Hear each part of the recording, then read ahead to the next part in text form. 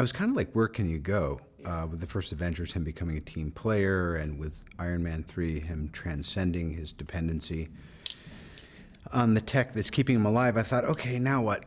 But there's all this unfinished business. There's the matter of a certain wormhole that opened over New York and the imminent threat that still implies. So Tony has turned his attentions more toward a bit of a post-Reagan era Star Wars type notion.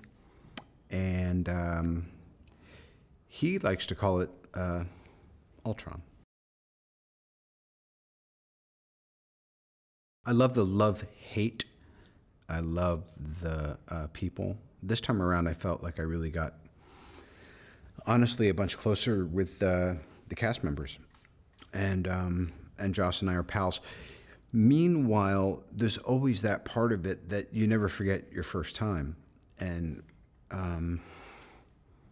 from Iron Man 2 into Avengers and Iron Man 3, there's always this, I think it's like life. You're like, why isn't it like it was in college now,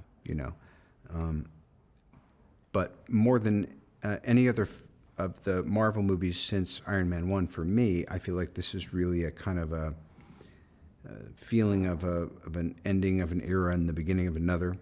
Obviously, some of that is informed by the new blood coming through, with Elizabeth Olsen and Aaron Taylor Johnson. And I welcome it. Well, there's a lot of full circles going on. Probably the most personal one is James Spader playing Ultron. He was the first person I saw kind of off the boat when I got to LA and took me under his wing. He's just a couple years older.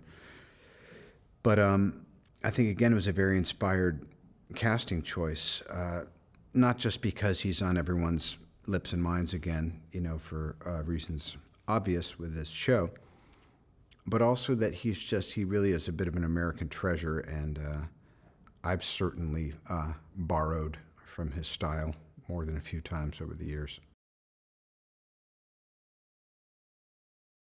It's a global property, really, and I think it was the responsible thing to do is to branch out and do stuff. There's also something much more authentic about when there's not just a felt sense of somewhere, but, okay, they're there. And I'm certainly glad it happened, and it seems like it's really adding to the overall scope of the thing. He's just really smart, and he thinks stuff through.